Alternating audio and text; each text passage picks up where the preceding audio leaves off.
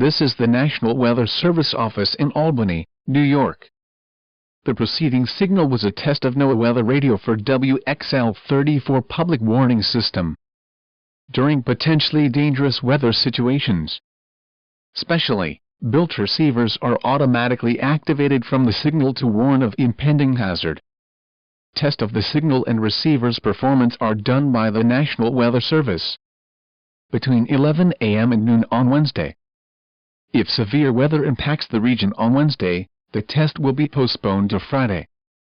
The test on Friday will be conducted between 4 p.m. and 5 p.m.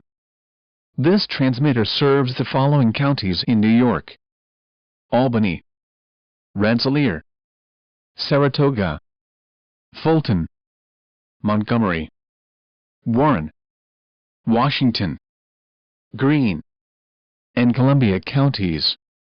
This concludes the weekly test of NOAA weather radio station WXL-34.